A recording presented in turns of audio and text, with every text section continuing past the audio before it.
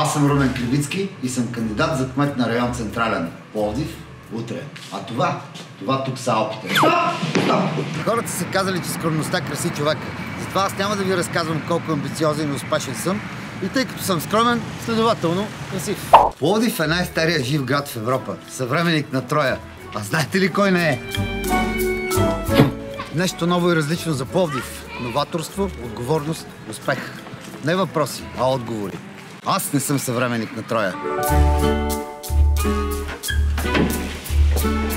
Град Пловдив и район Централен имат нужда от експертност, екипност, просперитет и здрава ръка.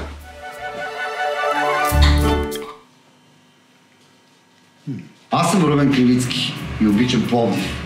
Ако го обичате и вие, подкрепете ме с номер 15 в трите бюлетини. Честита нова година!